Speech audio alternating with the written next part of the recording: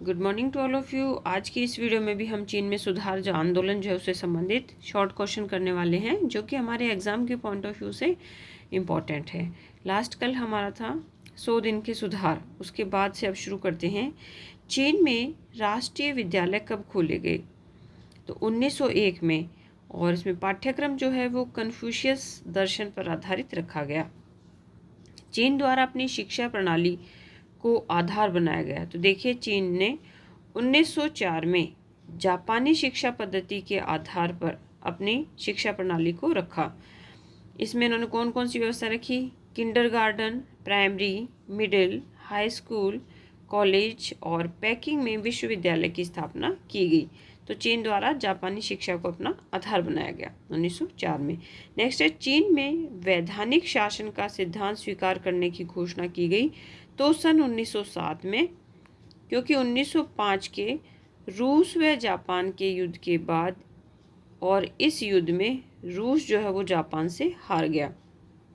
तब चाइना ने सोचा कि जापान जैसा एक छोटा सा देश अपने वैधानिक शासन व्यवस्था के कारण रूस को हरा सकता है, तो हमें भी इसे लागू करना है। फिर है, चीन में नए संविधान का निर्माण हुआ। तो देखिए, 1908 में मंचू सरकार के समय। नेक्स्ट है, चीन में प्रांतीय विधानसभाओं की स्थापना हुई 1908 के संविधान के बाद। चीन में राष्ट्रीय महासभा की स्थापना हुई तो 1910 में।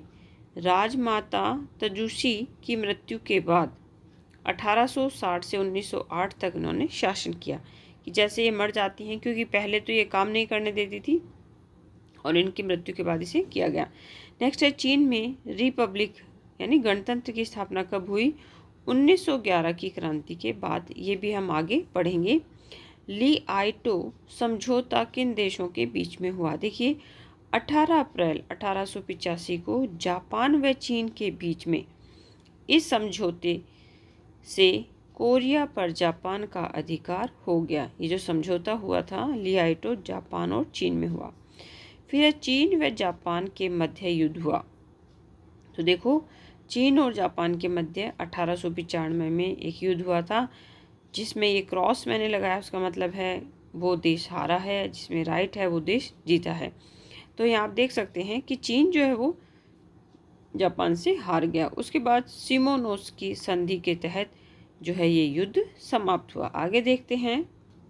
100 डेज ऑफ रिफॉर्म की घटना किसके शासनकाल की है?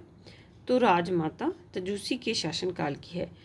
पेकिंग में सीखने के नए स्कूल खोले गए। देखिए, 1891 में पेकिंग में नए स्कूल खोले गए।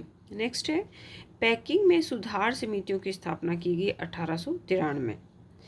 उसके बाद है, सम्राट क्वांगशू के शासनकाल में शिक्षा, उद्योग तथा कृषि के क्षेत्र में अनेक सुधार हुए। देखिए, अब राजमाता जो थी वो तो तजुशी थी, लेकिन यहाँ पे जो सम्राट था वो क्वांगशू था। पीछे की वीडियो में भी हमने इनके बारे में पढ़ा है कि इन्होंने काफ़ी सुधार किए, लेकिन राजमाता को वो चीज़ें पसंद नहीं आई तो उन्होंने इसे जेल में डाल दिया।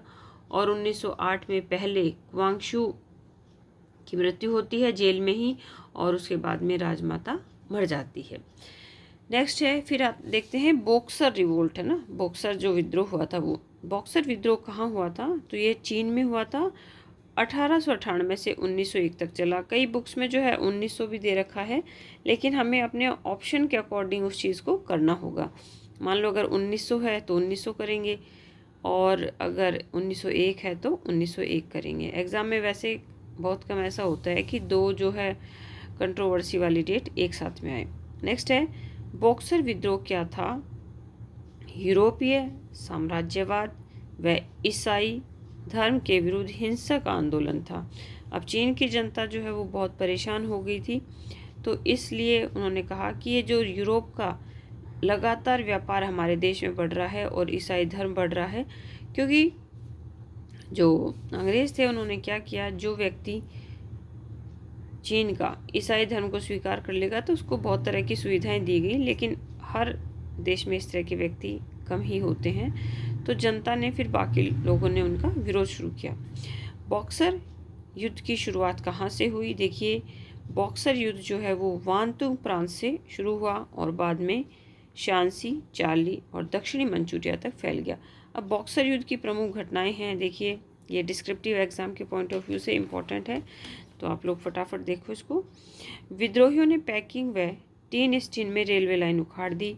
जापान के राजदूत सूर्ययामा की हत्या कर दी, ये इंपॉर्टेंट बनता है यहाँ से। सभी दूतावासों पर आक्रमण किया गया। ईसाइयों को जिंदा जला दिया गया। विद्रोहियों का सिर काट कर लाने पर पुरस्कार की घोषणा की गई। जर्मन राजदूत की हत्या की गई। मंचू सरकार भी जो है विद्रोही जो देशभक्त थे उनके साथ में मिल गई। और 23 जून 1900 को एक अंग्रेज का सिर काट कर पिंजरे में रखा गया व पैकिंग की गलियों में बाजारों में घुमाया गया। तो ये उस समय की मुख्य घटनाएं थी। नेक्स्ट है बॉक्सर समझौता हुआ, तो ये 7 सितंबर 1901 को, देखो मैंने बोला ना कई बुक्स में आपको 1900 भी मिल रहा है और कई में 1901। और हुआ किसके बीच में था? यूरोपीय देशों में चीन के मध्य, क्योंकि यूरोपीय देश यहाँ व्यापार के लिए आए थे। व्यापार में उन्होंने जो है चीनियों को परेशान किया, तो चीनियों ने जो है उनके साथ में बुरा व्यवहार किया, मारकाट मचाई। नेक्स्ट है बॉक्सर सेटलमेंट, अन्य जो है किस नाम से जाना जाता है? तो इसे बॉक्सर प्रोटोकॉल के नाम से भी जाना जाता है। फिर है बॉक्सर प्रोटोकॉल ने महत्वपूर्ण भूमिका निभाई किसमें? 1911 की क्रांति की इसने पृष्ठभूमि तैयार की। और अगली क्लास में आप जो है मेरे साथ में 1911 की राज्य क्रांति पढ़ेंगे। अगर मेरी वीडियो आपको अच्छी लगती है तो प्लीज़ मेरे चैनल को लाइक करें, शेयर करें, सब्सक्राइब करें। और अगर आपको ज्योग्राफी की वीडियो देखनी है तो हमारा दूसरा चैनल है द एक्सप्लोर अर्थ, तो उस चैनल पे जाके ज्योग्राफी वाले बच्चे जो है वो अपनी सब्जेक्ट की वीडियो देख सकते हैं। आप सभी का धन्यवाद।